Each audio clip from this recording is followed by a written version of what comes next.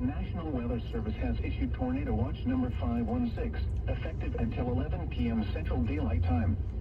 This watch includes the following counties in Tennessee: Dixon, Hickman, Houston, Humphreys, Montgomery, Perry, and Stewart.